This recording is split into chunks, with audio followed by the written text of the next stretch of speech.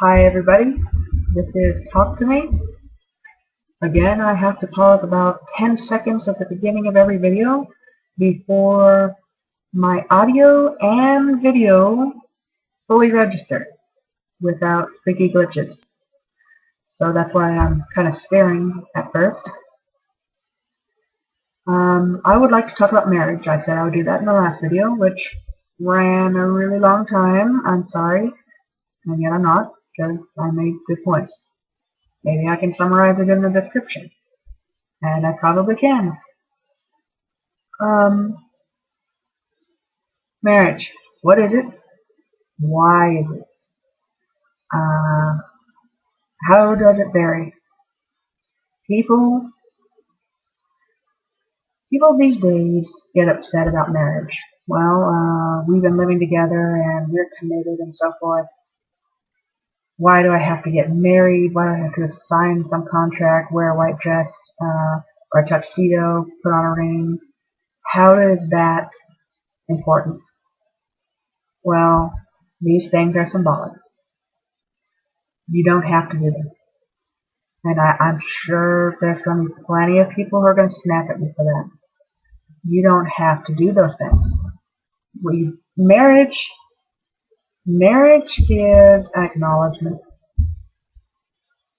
Marriage is about bringing together witnesses to celebrate the joining of two individuals. It is so that they can bear a testimony, they can testify, they can declare that you are married. That is the actual marital ceremony, the wedding. The wedding is so that everybody knows you are together. You're not just sneaking around, and they don't have to worry about, oh, who's that strange person in your house? Are they a thief? Are they an attempted murderer? Are you keeping prisoners? Should I worry about you? Marriage, the actual wedding, is to bring people together, to acknowledge you are together. It's to let everybody know you're together. It's to help the community to realize you're now off limits. It is to avoid misperception, and it is to express honesty. Because simply getting into a house together and not telling anybody about it is pretty sketchy, or etchy, or no, what would be the term? It's shady. Two strangers just randomly pair up and they're living together and they didn't tell anyone. That's weird. You didn't tell your own family, friends, perhaps neighbors, business associates, or anybody else that you are paired up in a committed relationship with someone you care about so much you're willing to devote your life, your time, your effort, your affections toward. And yet you are so ashamed of them that you aren't willing to tell anyone they even exist. That is creepy. That's why weddings exist. To let everyone know you are joined together. You bring the elders, or a priest, a rabbi. You bring those of authority. It could be a captain of a ship. It can be a king. Somebody to acknowledge that you are joined unto one another. And they bear witness, and they declare you are now married. They make that declaration as a person of greater authority by either their age, because they are an elder. Elders were highly respected back in the day. They aren't as much anymore in first world countries. But elders are meant to be highly respected. They managed to survive for decades. They earned it. They've been through everything you've been through and more. They've earned your respect. Yes. Doesn't mean they're right about everything. It doesn't mean they're better at using computers. It doesn't mean they understand your current decade's culture, but they earned your respect. Even if you do not understand their decade's culture. You're as ignorant as they are in that regard. Respect that you both are flawed in understanding and communicating your respective upbringing, but also acknowledge that there are many similarities and they've already been where you are and they get it. Value that.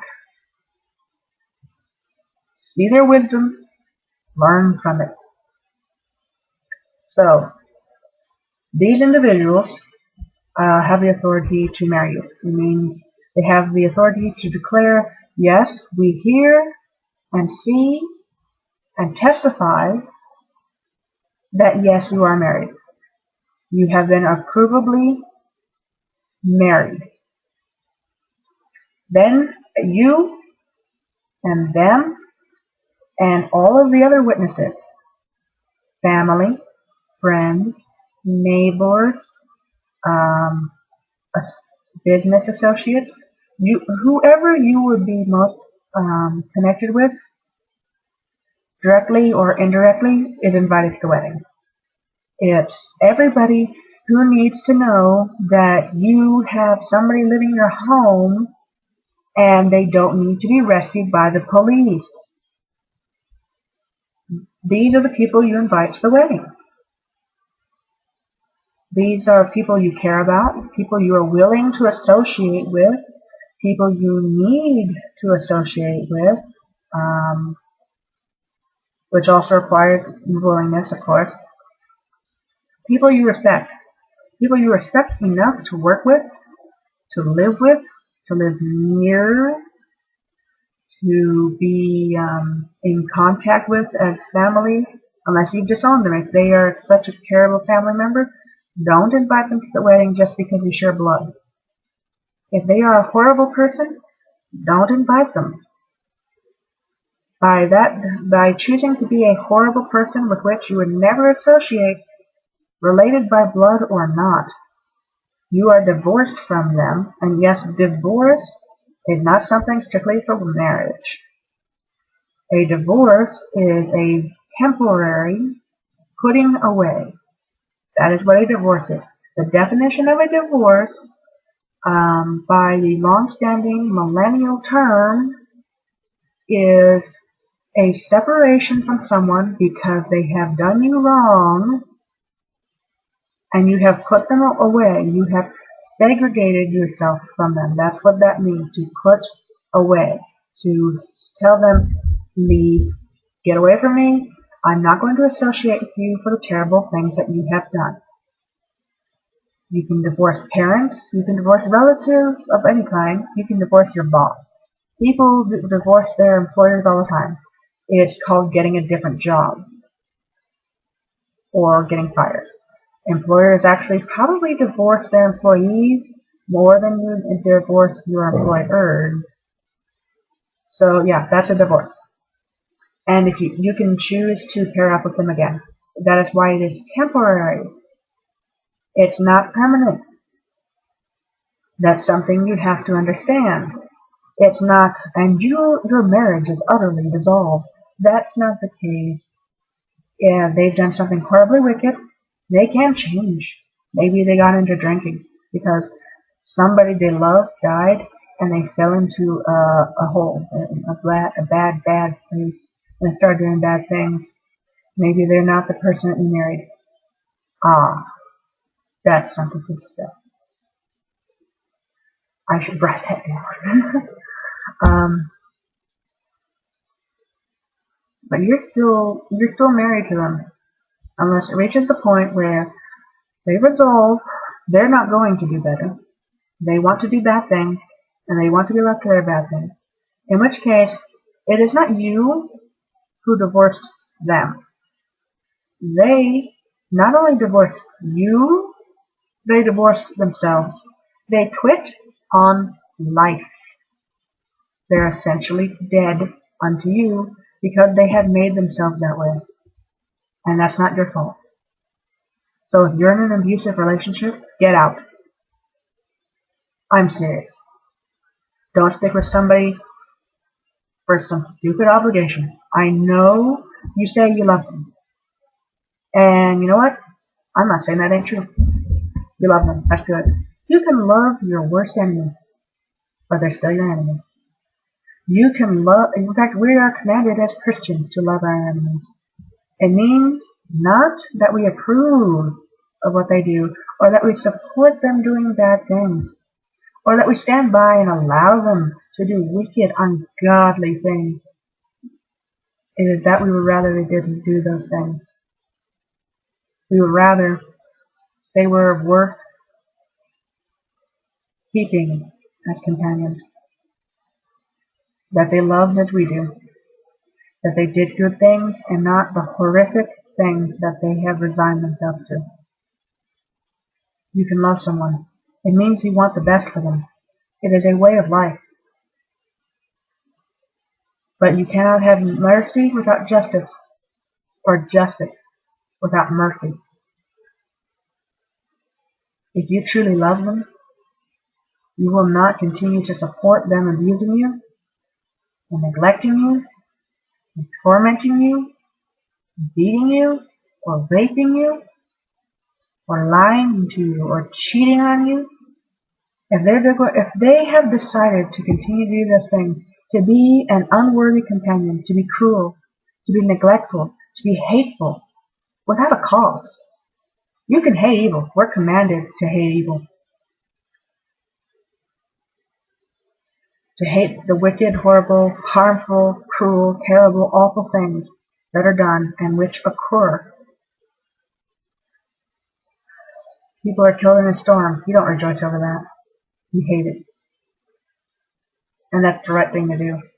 We are commanded to do that.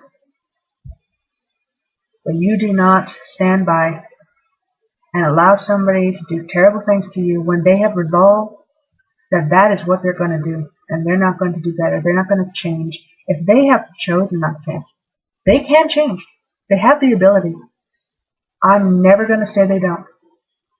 Anyone can change, no matter how wicked they are, no matter how terrible a thing they've done. But it's their choice. They decide whether or not they will change. You don't wait around to see if they're going to. You support them and try to encourage them. That doesn't mean supporting and encouraging. That doesn't mean you stick with them and allow them to do you wrong, or allow them to do others wrong. No. If you're truly supporting and encouraging them righteously, you will demand that they do not do the wicked things they're doing, and if they do, you will separate yourself from them. You will seek justice and mercy by segregating yourself, by pursuing salvation, by pursuing relief, by pursuing safety, by keeping yourself away from them and their abuse. That is your decision. They have made theirs, and if they choose not to do right, then you have to do right and get away from them doing wrong.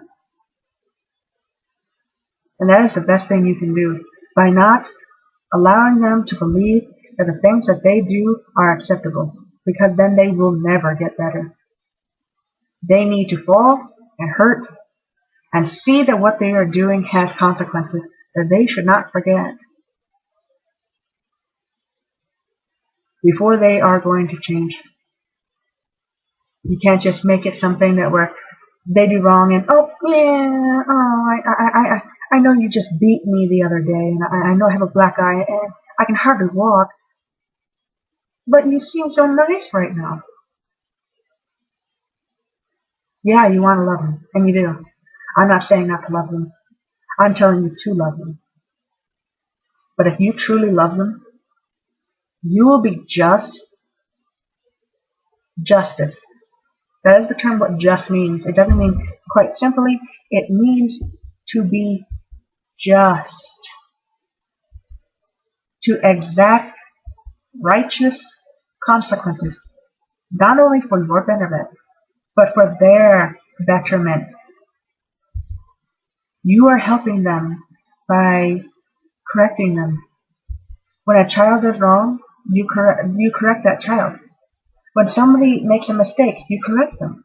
Yeah, nobody wants to hear correction, but nobody likes to hear correction, but they need it.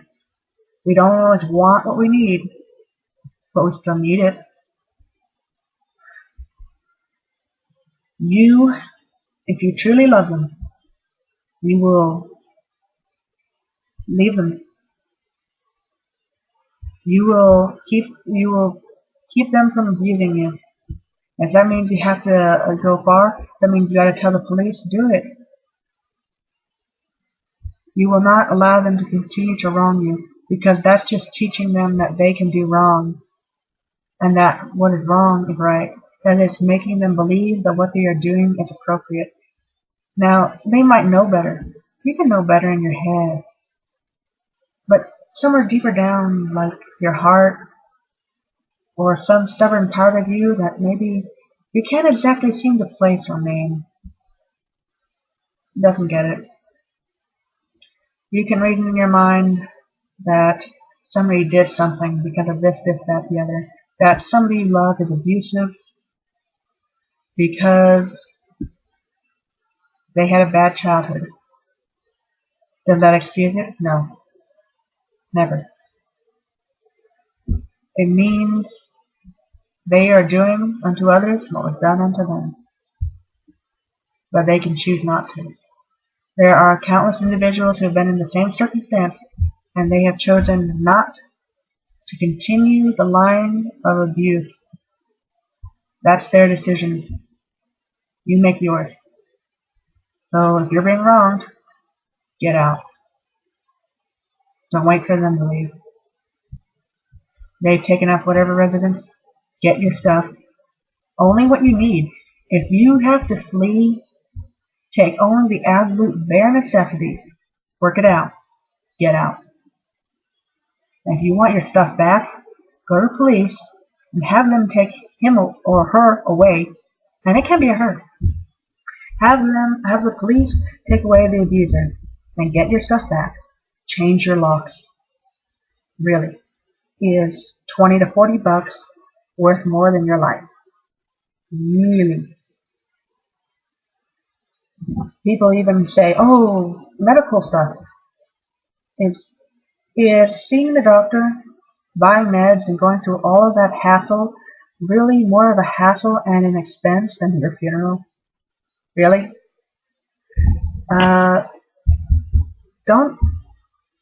Don't just keep trying to convince yourself of a lie. They're lying to you. Their whole demeanor when they might have compassion. For example, my dad.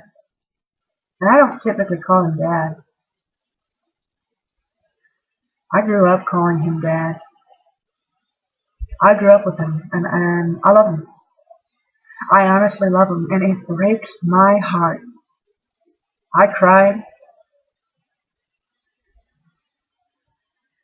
I cried just this morning. I cried today. I think I even cried yesterday, thinking about him. Last time I saw him, we tried to invite him in. We tried to give him a chance. And I know I'm supposed to be talking about marriage. I'm sorry. I'll try to get back to that. But these subjects are all interconnected. The last time he came over, it was a surprise. He happened to show up. I hadn't seen him in years, I think. 3 years, maybe? 1, 2, 3 years. It had been a lot of months. He comes less and less and less frequently. And I don't know that I'll ever see him again after this. Maybe I will. I can't say I hope I do, and I can't say I hope I don't. I love him. But he's abusive, he's troubled, and he believes in a cult. And it's understandable to see. I can reason why he does things that he does, why he believes the things that he believes. He's a Mormon, a Latter-day Saint, they call it. He truly believes that the Bible is only the Word of God if it's translated correctly. Now, that may be true. There are false translations. There are messy translations. There are things that have been taken out and added to. But he believes in the Book of Mormon. Some of the stuff has been directly copied from the Bible itself. It's not new, it's copied.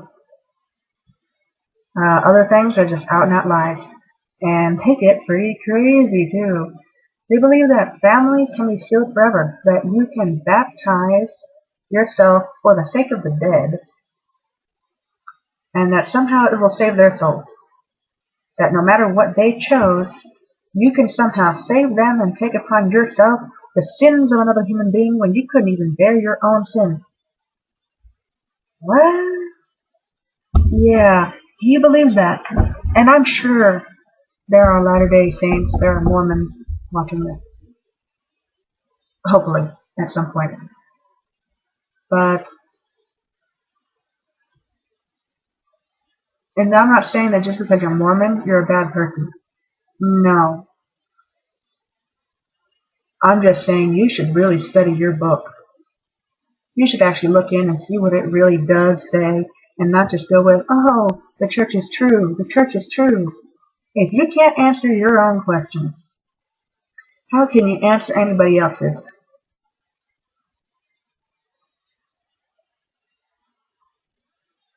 Think about it. And that goes for anybody. It doesn't matter if it's religion or what. Culture, society, whatever it is. Take a good, long, hard look at the things that don't make sense. And ask yourself, why should you believe in something that is completely unreasonable? Think about it deeply. It might sound appealing, but when you really think about it, really, you'll notice there's something wrong. So, every time he comes over, he says, I don't want to hear about your faith and your beliefs. And then he turns around and tries to put his down my throat, as if I'm going to hell because I'm not a Mormon. That doesn't even make sense. At all. It didn't say anywhere in the Bible, or even in the Book of Mormon, as far as I know, that you absolutely have got to be a Mormon or you're all just going to hell. In fact, he even said, oh, I think you'll be surprised as to who will be in heaven. There might be a Chinese Buddhist monk, and they're in heaven, and they somehow believe in the Lord, even though they don't know that they believe in the Lord, which doesn't make sense. But I'm not making this about religion. I'm making this about, he tells me not to do something, and then he does it, and harshly. He says, I want to keep my life private, and I don't want to share any of this or that or whatever and what's going on. So tell me every little detail about yourself and what's going on. No matter how embarrassing, no matter how painful. And yet, even though, he doesn't really connect. He just wants to hear the latest news. It's not, how can I help you? It's, yeah, I'm not surprised. Oh, that sounds sensational. Like we're a magazine. And if he stays around long enough, he yells, and he fights, and anytime anything is done against him that's contrary to what he wants, he acts like a little kid and hides in his room, or some other room. He expects to get what he wants, and that all the world should pretty well cater to him. I love him. I do. He has incredible, awesome potential. to be one of the very best people I have ever known in all my life. He has so many skills and talents. He cares. I know he cares. I know he loves us. I never said he didn't. But he needs to get his act together.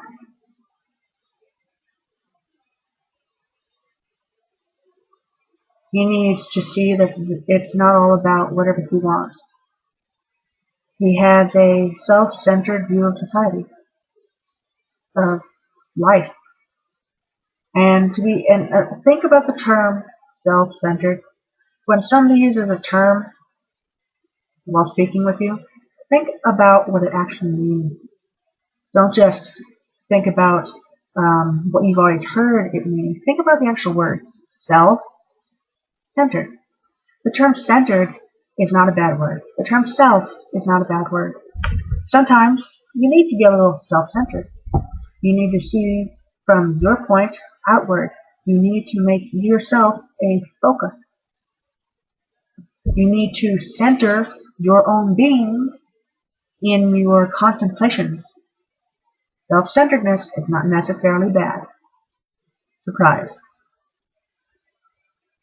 But it's not something you should do all the time. Every time. I don't even understand it. What happens? I don't even understand it. It is so baffling. He comes and we welcome him and he leaves devastation. I love him. And every time he comes, or the time he goes, I am troubled. I'm tormented. I am grieved. I'm in pain. I care for him and I can't even express it because he doesn't want to hear it.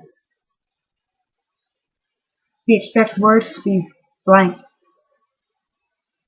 He expects an I love you to just be the terms I love you, with no background meaning, with no history, with no culture, with no fundamental values. What does that even mean? How can you say that you love someone if you don't know what love is?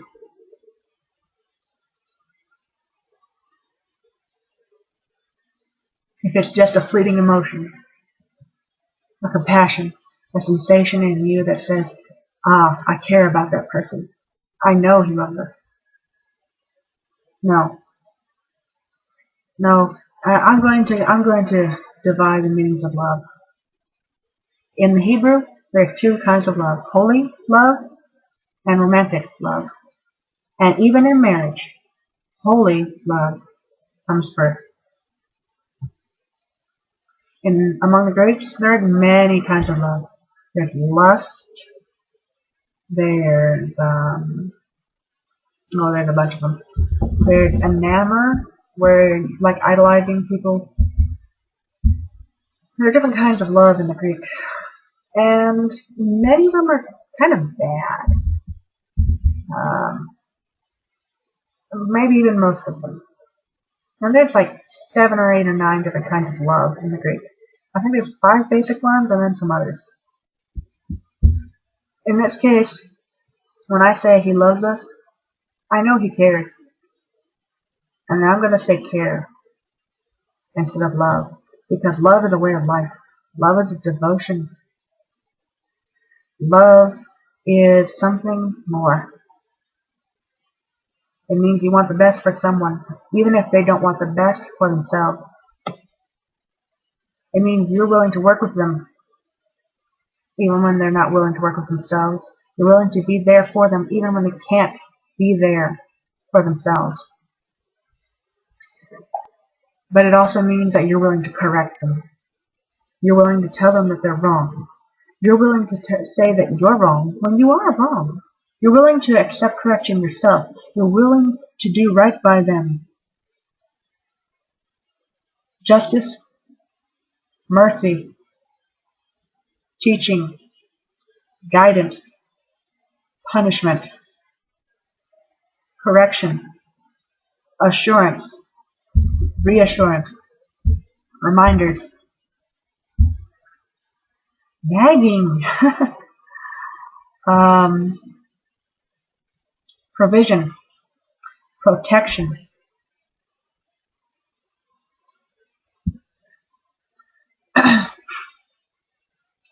criticism, admittance, honesty, respect, consideration, reconsideration, thinking deeper. These things are qualities of love. These are comforts. This is what it means to love, to comfort someone, to do right by them. You don't just say, "Ah, you look really good in that outfit," when really you're thinking, "Ah, you're adhering to social trends that make you look provocative and unappealing, that take away your character and your personality and your apparent image value as a human being, that make you stereotyped. You're adhering to social norms that are lies, that are cruel, whether you're male or female. If you really love someone, you will do right by them, even when they do wrong. And doing right by someone doesn't just mean being nice and cuddly and cute and friendly. Sometimes they need that. But they also need tough love. To do right by someone is to right someone, to correct someone, to teach them, to better them. There's a saying, give a man a fish, he'll eat for a day. Teach him to fish, he'll eat for a lifetime. What did it profit them to simply give them a meal, when you could give them the potential to provide for themselves? I'm not saying that if somebody's homeless, you should not give them food. But if you have the ability to give them a job or to refer them to a way that they can actually work things out for themselves, do it. Because they're going to profit from that far better if you give them the actual help they need long term than if you give them short term.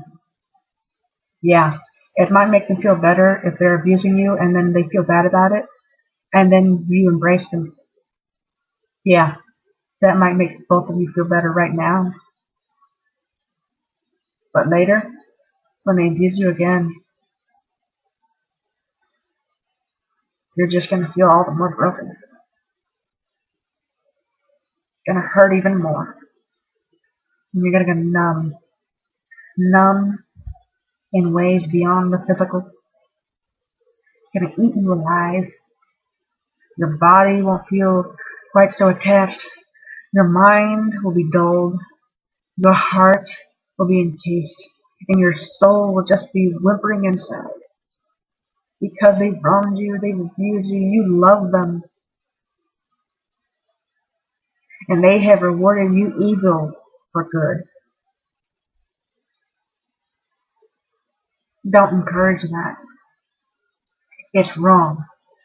You're doing wrong by allowing them, by encouraging them to do wrong by you and by others. Justice is a mercy, and mercy is just. You cannot have one without the other. People say the term fair.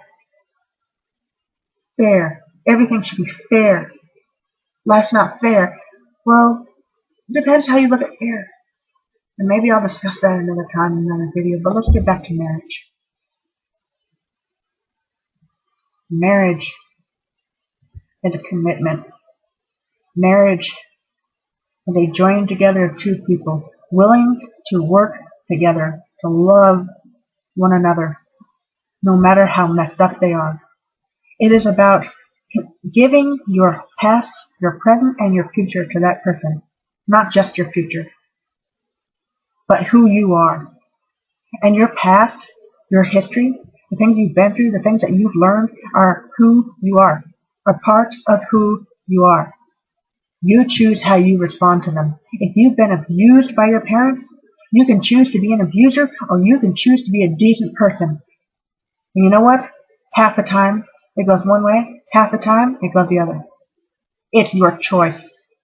They say that those who have come from abusive families are more likely to abuse themselves, to themselves abuse others.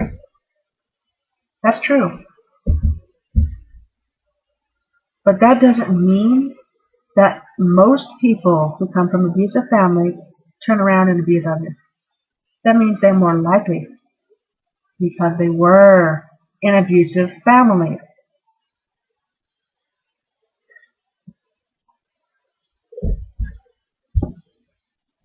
Many people who abuse come from good families. And many people who are the most loving and endearing and compassionate come from abusive ones.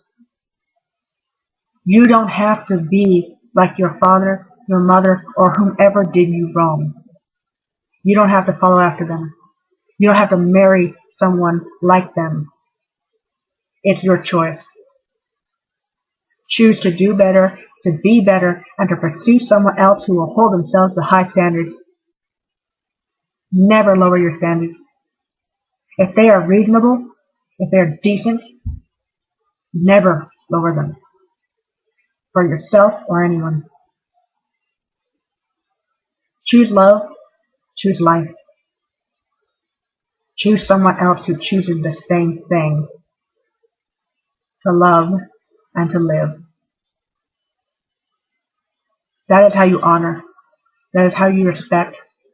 That is how you cherish. That is marriage. That is any decent relationship. That is holy love. Romantic love is that one lovely exception that comes in marriage. That's why in the Hebrew there's two kinds of love. There's holy and there's romantic. And even in marriage, holy love comes first. A wedding is a celebration, a bringing together of witnesses to testify that you are together, and you're not ashamed of it, that you're not sneaking around, that you're not lying to yourselves and to everyone around you, that you are actually committed, and that it means something to you. That is what a wedding is. It's not about a white dress, or a fancy suit, or a ring. It's not about gold and diamonds. It's not about drapes and doves and flowers. It's about saying that this means something more to you. That you're willing to value it, to honor it, to cherish, to love, and yeah, to obey.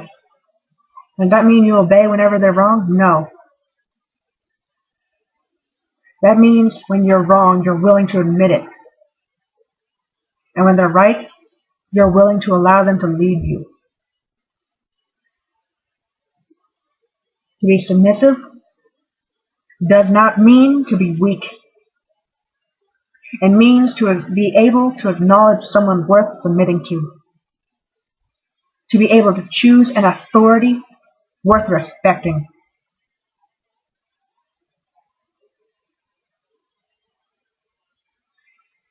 That's what it means. And to be dominant doesn't mean to be abusive. To be dominant means to be willing to lead, to listen to those you're leading, to do the best that you can do, and to acknowledge when you're wrong. Being a woman or a man. And no, I don't say girl. Oh, she's a lovely girl. Or he's a pretty boy. To be a woman or a man means to be willing to admit you are wrong, willing to try to do better, to pay attention, to apply the lessons you have learned, to respect, to truly honor, to love. It means that, no, you're not weak. You are stronger because you're willing to show compassion and affection. You are stronger because you're willing to admit you're wrong and to accept what is right. You're better for it. Because you know what? If you're too ashamed to hold someone you love in public, you're a coward.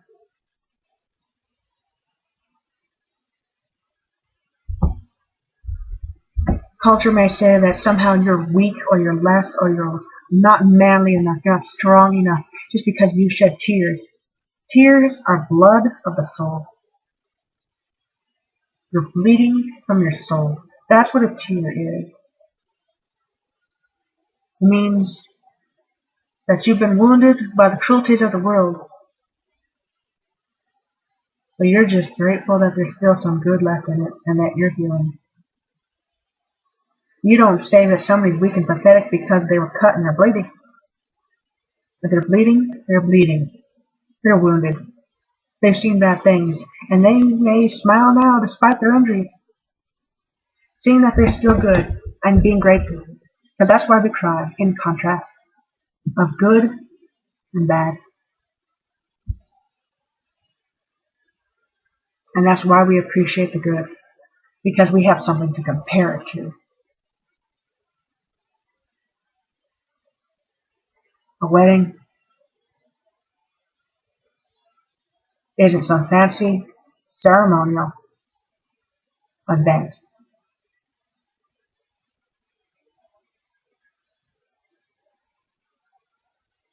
It is a declaration. It is a commitment. It is a promise.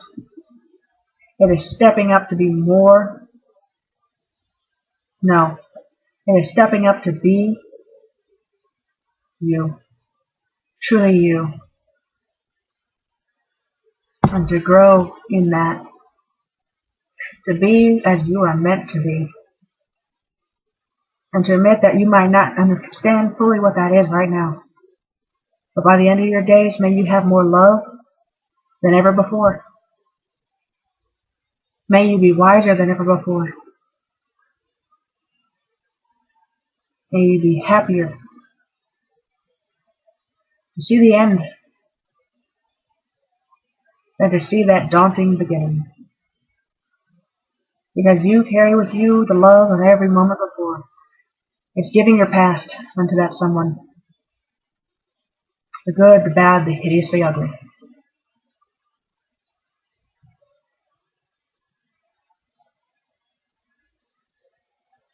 People go on dates. Tragic. A date, an event arranged so that nothing bad will happen. An event of nothing but joy and goodness and drinking and movies and popcorn and whatever. That's not courtship. That's enjoying a good time with a random person you don't know. Because if all you're doing is meeting to watch a movie and enjoy yourselves, and you never actually discuss critical events, you never actually get to learn one another, and then you suddenly get married and you say, they aren't the person I married. That's because you didn't even know who they were before you were married. You lied to yourself, you lied to them, and you messed up. Admit it, move forward. Because you still can. It's not the end of the world. And you know what? When it is the end of the world, that'll be good because then you can't mess up anymore. No more pain and no more sorrow. When it's the end of the world, it's the end. But we're not there yet. They're the same. It'll be alright in the end. All will be right. If it's not all right, it isn't the end. You have to be willing to work through it. You have to be willing to endure. It's not a momentary thing. You have to make it something more. You have to realize what it actually is meant to be. It's your life. You're giving your life to someone, and they're giving their life to you. That's a wedding. That's marriage. Every wrong, every mistake, every cringe-worthy, stupid thing you did, every ounce of compassion, every bit of devotion, all the good and all the bad and all the messed up things that make you, you, make us all human, that make life living, that display free will, every good, every bad, every mess up.